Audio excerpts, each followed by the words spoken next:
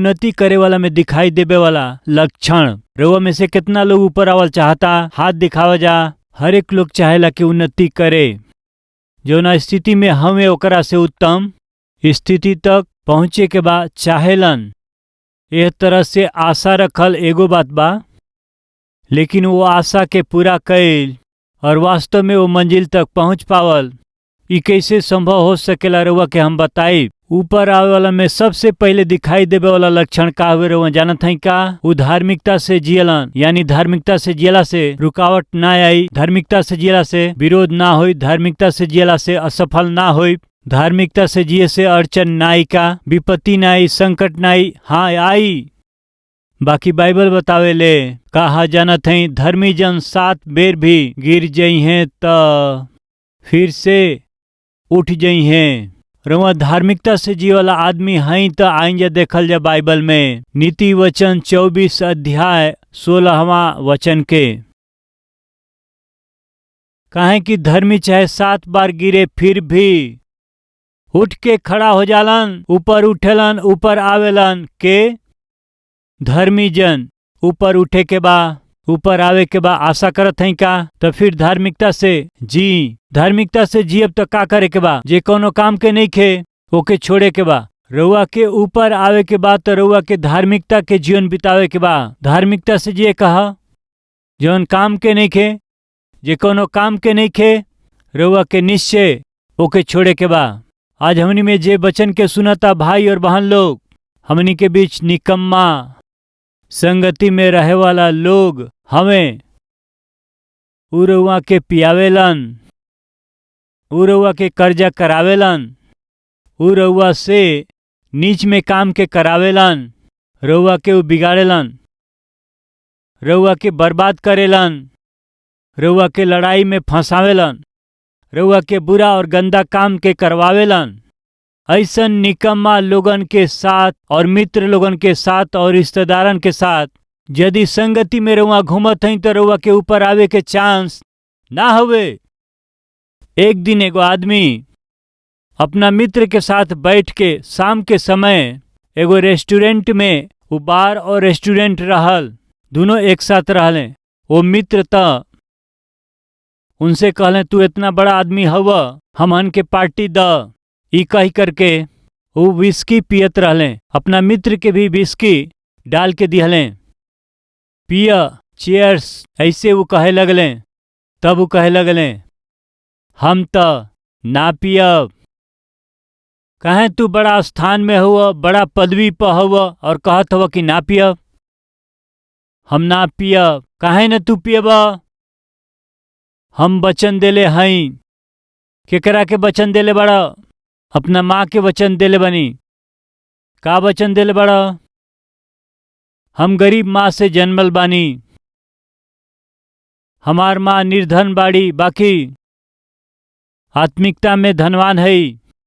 8 साल के उम्र में हमके गोद में बैठा के बाइबल के पाठ सिखावत रहली, बहुमूल्य सच्चाई के बतावत रहली। ऐसे बहुमूल्य सच्चाई के बतावत तू एगो बात कहली, बेटा जीवन में एक बार तू बहुत ऊंचा स्थान तक पहुंच जाइबा। ऐसन ऊंचा स्थान में रउआ के जाए के बा तो धार्मिकता के जीवन बितावे के पड़ी। यदि तोहके धार्मिकता के जीवन बितावे के बा तो निश्चय तोहरा के दूगो काम के तोहरा जीवन में निखे करे के। का हमके वचन द। बोली माँ ना पियब हम अपना जीवन में, हम शराब ना पियब, वचन द। ठीक बा माँ, उतने ना बेटा, गलत संगति में लड़किन के पीछे घूमब नहीं, लड़किन के पीछे हम जाइब नहीं, शराब पियब नहीं, वचन दे बेटा। कौन उम्र है? 8 बरिस के उम्र में वो महतारी, वो बच्चा से वो महतारी वचन लिहली, का कह के? शराब हम ना पियब, लड़किन से संगति ना करब, बेश्या लोग के पास ना जाइब। अपना माँ के 8 बरिस के उम्र में हम वचन देले हई, का हऊ निकम्मा काम के हम ना करब, निकम्मा लोगन के साथ ना रहब, हम वचन दिहले। ओके सुन के वो मित्र सर झुका लिहले। वो सर झुकौले वो मित्र से जेकरा आंख से आंसू आवत रहे। तू काहे रोवत हव? वो पूछले कुछौ नहीं। यदि तोहरा जैसे महतारी हमार होती तो इस तरह के शराबी हम बिल्कुल ना बनती। जैसे तोहार माँ पालन कैली वैसे हमार महतारी ना कैली। आत्मिकता से हमके ना पल्ली। तोहार माँ तोहरा के आत्मिकता से पल्ली, मूल्य के साथ तोहार पालन कैली। यही से देश पर शासन करे वाला राष्ट्रपति बन गईला ह। तोहार महतारी ये देश के उपहार के रूप में दे दिहली। इस तरह से शराब और बुरा संगति से वो दूर होके उठले और जियले। के हरुआ जानत हई का? अब्राहम लिंकन। वो कब फैसला कैले जानत हई? कौन से फैसला? जवन कोनो काम के नइखे, जवन निकम्मा बा, हमरा जीवन में रहे के अनुमति नइखे। रउआ उन्नति कैल चाहत हई का? तो फिर सुनी, जवन कोनो काम के नइखे, जवन निकम्मा बा, रउआ के अपना जीवन से दूर करे के बा। प्रिय एगो शराबी रहले, उनके देख के उनकर बेटा भी शराबी बन गए। उनकर मित्रता राजकुमार से रहल। तब एक दिन राजा जब रास्ता से जात रहले तो शराबी पुकार के कहले, राजा साहब, राउर लड़का हमरा लड़का के साथ घूमता। ऐसे बोलने का बोलने सुनली? राउर लड़का यानी राउर बेटा हमरा बेटा के साथ घूमता, यानी हमरा बेटा के साथ घूमत हमें। वो बात के सुन के पिताजी सिर झुका ली हले। एकरा के राजकुमार देखले। के देखल? बेटा देखले। वो शराबी के बात के सुन के पिता जब सिर झुकौले, बेटा देखले। ये शराबी का बेटा शराबी हमें, बाकी हमार पिताजी शराबी ना हमें। देश में बहुत आदर पावल राजा हमें। ई राजा आज ये शराबी के बात के कारण सिर झुकौले बाड़े। ये हमरे कारण बाना। ये हमरा जीवन में अब कबहू भी जवन हमारी पिताजी के अपमान होखे ऐसन कौनो भी संगति के अपना जीवन में फिर कबहू भी ना करब। हम ही फैसला करत हई। यह तरह से वो लड़का वही दिन फैसला कैले, कौन प्रिय जौन हमारा पिताजी के अपमानित करी हम संगति ना करब। जौन हमारा पिताजी के अपमान लेकर के आई ओकरा से केहू से संगति ना करब। फैसला कैले। वही दिन जे फैसला कैले उ लड़का के रह जानत हई? Alexander great. पूरा विश्व के हिला देले रहले अलेक्जेंडर। जवानी में उ का फैसला कैले जानत हई? निकम्मा से अब हम संगति ना करब। जे कोनो काम के नइखे उनकरा से मित्रता हम ना करब। साथे साथे अपना पिता के अपमान ना लियाई। ओकरा बाद उ बिगड़ गईले, बर्बाद भइले, 33 साल के उम्र में मर गईले। ई बात अलग बा। बाकी प्रिय एगो पिता के आदर और इज्जत खातिर के एगो लड़का जौन फैसला कैले सुका हुए जानत हई? हमारा पिताजी के सिर झुकावे के पड़े ऐसन काम कबो हम ना करब। एकरा से भी परम पिता हमन के पिता हमें, वो अति पवित्र पिता हमें। तो पवित्र पिता जौन हमनी के पिता हमें, तो हमहन कैसे उनकरा नाम के अपमान लिया सकेलिंजा? कैसे वो सिर झुकई हैं ऐसन जी सकेलिंजा? बाइबल में एगो वचन बा, नीति वचन 27 ओकर 11 वचन। हे हमर बेटा, बुद्धिमान होकर के हमरा मन के आनंदित करा, तब हम अपना निंदा करे वालन के का लिखल बा? हे हमर बेटा, बुद्धिमानी से जिया, विवेक के साथ जिया, हमारा बेटा के समान जिया, धार्मिकता के साथ जिया, खराई से जीवन बिताव। तब कौनो आदमी होखे केहू निंदा करे के कोशिश करी त तू ऐसन लड़का के काहे जन्म दिहला? ऐसे यदि केहू कहल त हम उनकरा के हिम्मत से जवाब देब। का लिखल है यहाँ? हे हमार बेटा, बुद्धिमान हो के हमरा मन के आनंदित कर। तू अपना आप के आनंदित कर, ऐसा ना ह। सुनत है प्रिय भाई बहन, तू अपना आप के खुश कर ऐसा नहीं। क्षणिक काल के पाप भोग खातिर के अपना आप के बेचिया मत, या फिर अपना मित्र के प्रसन्न मत करिया, या अपना बॉयफ्रेंड के गर्लफ्रेंड के खुश मत करिया। तो के अपना आप के खुश नहीं करके और अपना साथ के लोगन के भी रउआ के हमरा के खुश करे के बा।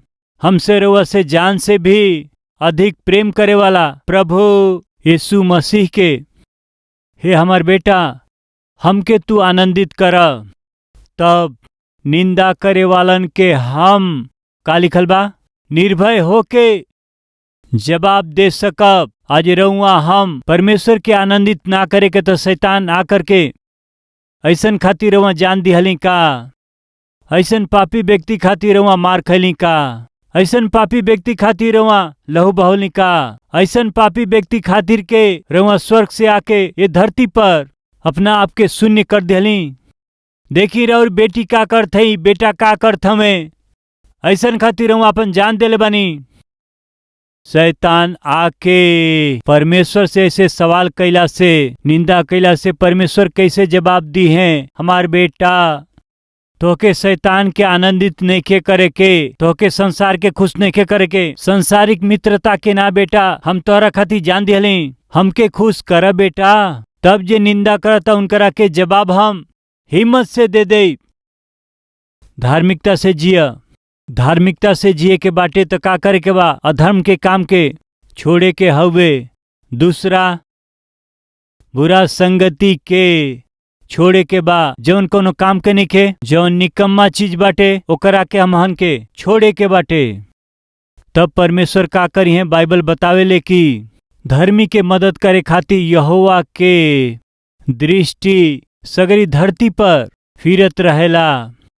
धार्मिकता से जिए खातिर और मदद खातिर, रउआ के आशीष देवे खातिर, रउआ के ऊंचा करे खातिर, उत्तम स्थिति में ले जाए खातिर के यहोवा के दृष्टि फिरत रहेला, इंतजार करेले। फिर से हम याद दियावत हई, यूसुफ धार्मिकता से जियले, यूसुफ के परमेश्वर ऊंचा कैले। दाऊद धार्मिकता से जियले, दाऊद के परमेश्वर ऊंचा कैले। दानियल धार्मिकता से जियले, परमेश्वर दानियल के ऊंचा कैले। जे उन्नति कैल ओके सावधानी से रउआ देखब त उ धार्मिकता से जियल बाटे।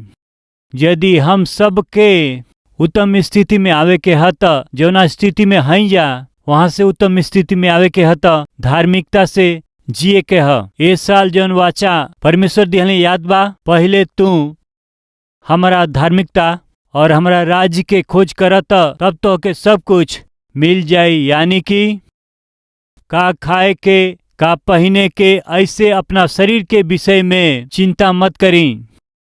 तोके का चाही वो हम जानत हई, वो तोके देब। हम कब देब? जब तू हमार धार्मिकता और राज्य के खोज करब तब। यही से ऊपर आवे वालन में दिखाई देवे वाला पहला लक्षण का हुए कि वो धार्मिकता से जी हैं। और दूसरा, ऊपर आवे वालन में दिखाई देवे वाला लक्षण उ लोग भरोसा के साथ जीवन के बितावेलन। कहा धार्मिकता से उ जियलन। और दूसर का विश्वास के साथ उ जियलन। केकरा पर विश्वास बताई? परमेश्वर पर विश्वास। जे परमेश्वर पर विश्वास करके जीवन के बितावेला वो असंभव के संभव करेला। नमूना खातिर, साउल गोलियात के देख के डेरा गईले। काहे साउल डेरा गईले? कहला से साउल परमेश्वर के छोड़ देले रहले। साउल परमेश्वर के विश्वास के तोड़ दिहले। अब परमेश्वर साउल के साथ नहीं खन। गोलियाता के कहत हमें, हमार सेना और तोहन लोग के सेना लड़े से का फायदा? फलिस्तीन के ओर से हम आवत हई, तोहरा देश से एक आवे। हमके मार दिहला से हमार देश तोहार गुलाम हो जाई। यदि हम उनके मारब त तोहन लोग के देश हमहन के गुलाम हो जाई। आवाजा वो चुनौती दिहले। एक दिन नहीं, 2 दिन नहीं, 40 दिन तक वो चुनौती देत रहले।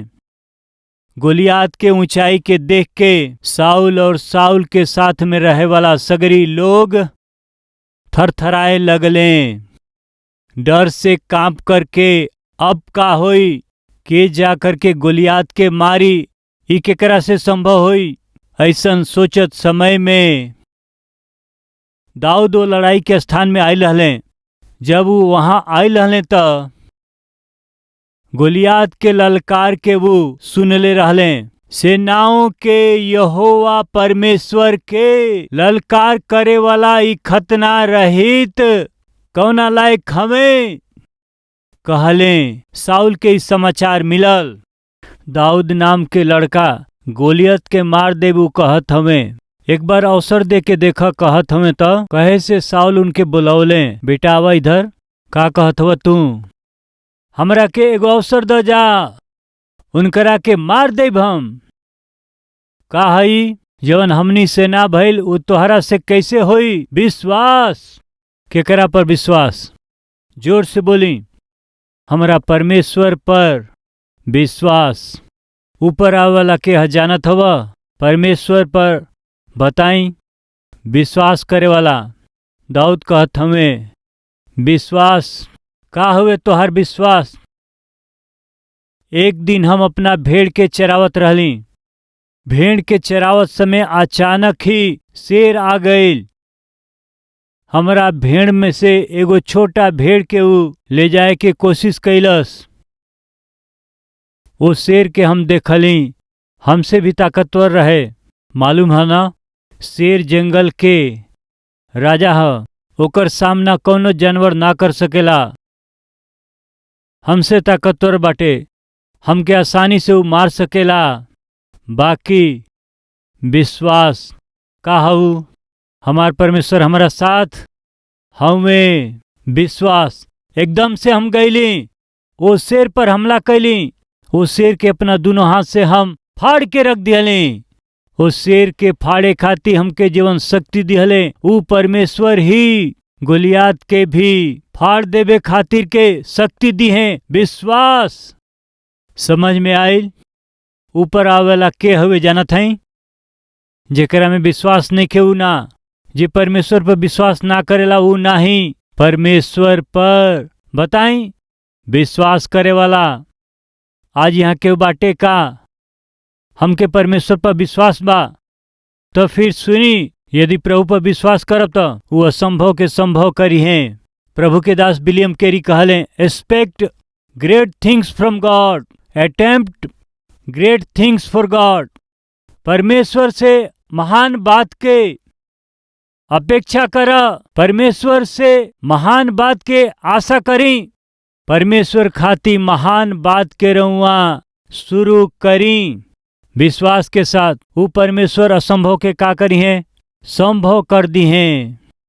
विश्वास आज हमने में बहुत से लोग अपना जीवन के समस्या के दूर ना कर पावे के, कष्ट से बाहर ना निकल पावे के, नौकरी में, पढ़ाई में, व्यापार में सफल ना होके के, विजय ना पा पावे के। हाँ, मुख्य कारण बताई, परमेश्वर के प्रति विश्वास ना होखल, उनके अपना आप के ऊपर विश्वास ना भइल।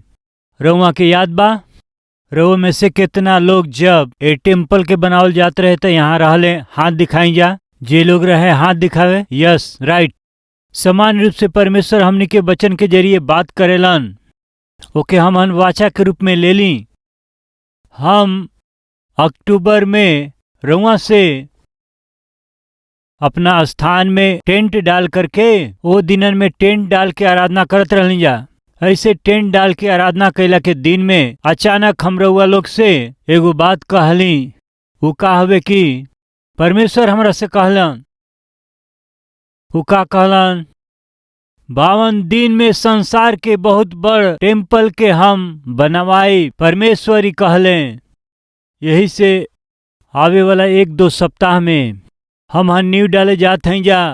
52 दिन में ही 18,000 लोग बैठ सके ऐसन टेम्पल परमेश्वर बनावे जात हमें। परमेश्वर ऐसे कहले, हम रउआ से कहली, जौन परमेश्वर नेहमिया के शक्ति दे के 52 दिन में ही दीवार के निर्माण करवले, वही परमेश्वर के हम सेवा करत हई। वो कल और आज और हमेशा एक सा रहे वाला परमेश्वर हमें। यही से हमनों के सामर्थ्य हैं तो हमनों कभी 52 दिन में, यानी पिछला नवंबर 11 तारीख के नींव डलनी जा, जनवरी 1 तारीख तक 52 दिन होके जात हवे। हमर चाहत हमर प्रार्थना ई बाटे कि 52 दिन में यानी 1 तारीख के जनवरी 1 तारीख के नया वर्ष के पहला दिन के नया टेम्पल में हमनी के जाए के बा, परमेश्वर की आराधना करे के बाटे।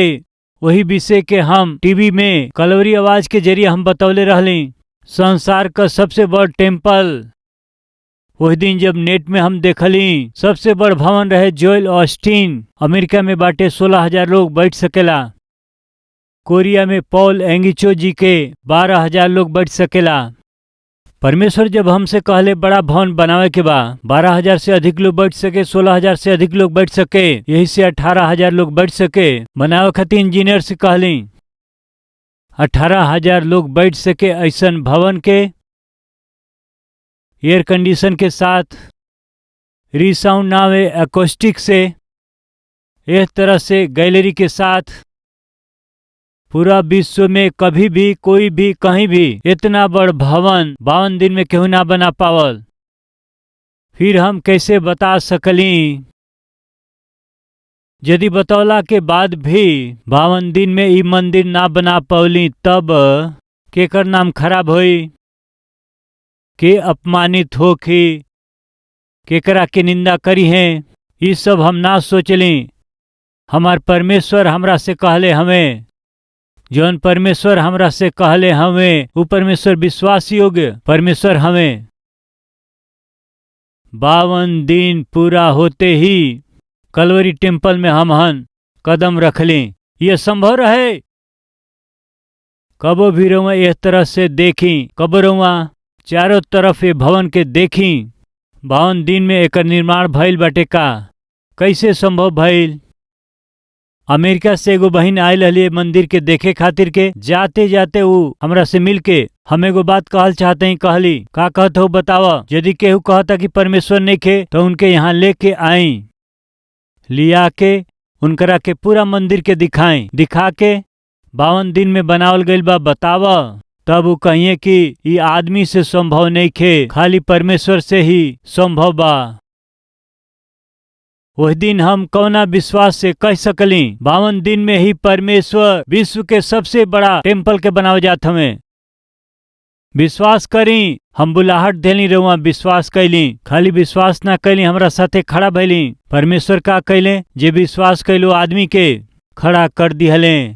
आज पूरा विश्व में सैकड़ों हजारों लाखों मंदिर बाटे, बाकी सगरी मंदिर में से हमनी के कलवरी टेम्पल के विशेषता का बाकी ई बहुते कम समय में निर्माण कैल गईल। खाली एगो मात्र सबसे बड़ मंदिर है कलवरी टेम्पल। ई केकर सूचक है? परमेश्वर के प्रति विश्वास का सूचक हवे।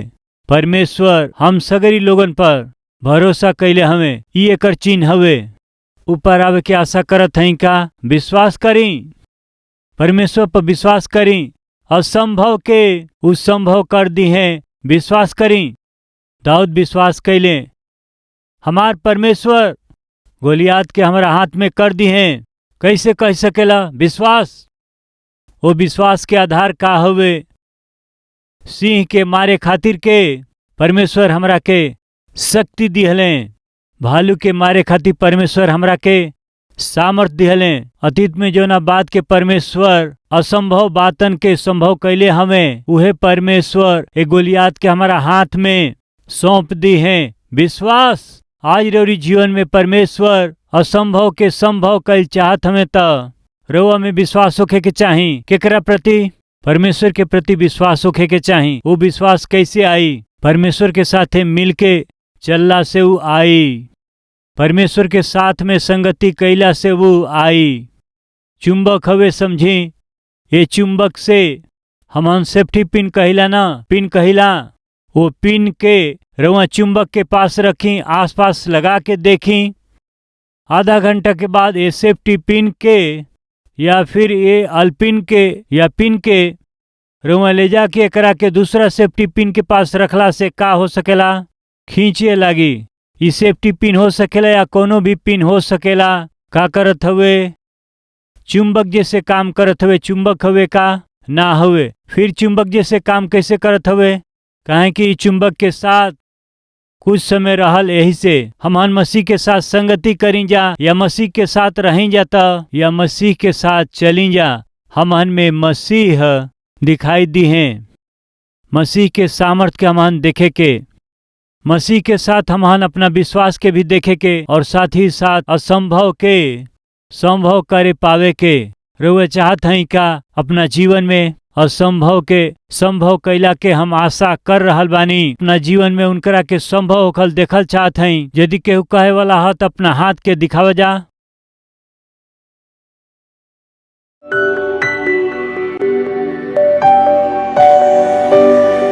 महान प्रेमी पिता परमेश्वर बड़ा ही सीधा साफ हमनी से बात कैली। धार्मिकता से हमनी के जीवन बितावे के बा, बेकार के और निकम्मा हर एक बात के हमन के छोड़ देवे के बाटे। विश्वास के साथ हमनी के जिए के बाटे।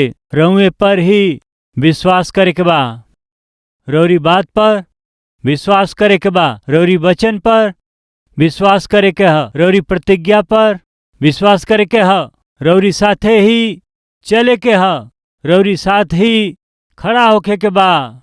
रउआ ऐसन अनुग्रह हमके देई, दाऊद के जैसे असंभव को संभव करे खातिर के अनुग्रह हमनी के देई। सिर से लेके एड़ी तक अपना लहू से हमहन के धो करके शुद्ध करी।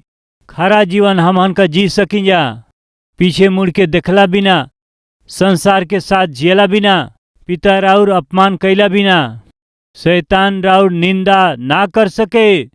पिता हमनी का सब लोग जी सकी जा, सहायता करी। यीशु देखी ऐसे रउआ के दिखा के, ऐसे हमरा के दिखा के शैतान राउर ठट्ठा ना करे। हम सब कर जीवन ऐसे रहे पिता, ऐसन अनुग्रह हमहन के देई। यीशु के नाम से मांगत हैं पिता, आमीन। आज कलवरी के आवाज के कई करोड़ लोग देखेलन, खाली हिंदी में नहीं, तमिलनाडु वाले तमिल में, कर्नाटका वाला कन्नड़ में, केरला वाला मलयालम में, उड़ीसा वाला उड़िया में, महाराष्ट्र वाला मराठी में, पश्चिम बंगाल वाला बंगाली में, पंजाब वाला पंजाबी में, यूपी बिहार भोजपुरी में, तेलंगाना आंध्रा वाला तेलुगु में, उर्दू भाषा में, पाकिस्तान जम्मू कश्मीर अफगानिस्तान गल्फ देश वाला गुजराती आसामी नेपाली इंग्लिश में, ऐसे भारत के हर एक मुख्य भाषा में प्रभु यीशु मसीह के उद्धार के सुसमाचार के प्रचार करे वाला सबसे पहला आराधनालय कलवरी टेम्पल हवे। काहे हमनी के इतना मेहनत करत हई जा, काहे हमनी के सुसमाचार के इतना भाषा में प्रचार कैला के प्रयास करत हई जा। ध्यान से सुनी जा, रोमियो के पत्री 10वां अध्याय 13वां वचन, काहे कि जे केहू प्रभु यीशु मसीह के नाम लेई ऊ त उद्धार पाई है। के उद्धार पाई? जो यीशु मसीह के नाम लेई ऊ उद्धार पाई है। यदि लोगन के उद्धार होखे के बा, यदि उन्हन लोग के पाप के माफी होखे के बा, तो उन्हन लोग के यीशु के नाम के बुलावे के बा। बुलावे के बा तो विश्वास करे के पड़ी। विश्वास करे के बाटे तो प्रभु के बारे में सुने के बा। प्रभु के बारे में सुने के बा तो केहू के न केहू के सुनावे के बा। यदि केहू सुनावे वाला होखी तो उन्हन लोग के भेजे वाला भी केहू न केहू होखे के चाही। कलवरी की आवाज के मदद करे वाला का करत हमें जानत हई? ई सेवक जौना प्रभु के वचन के प्रचार करत हमें, रौरी मदद के जरिए ही प्रचार हो सकेला। हम जौना वचन के प्रचार करीला 17 अलग अलग भाषा में।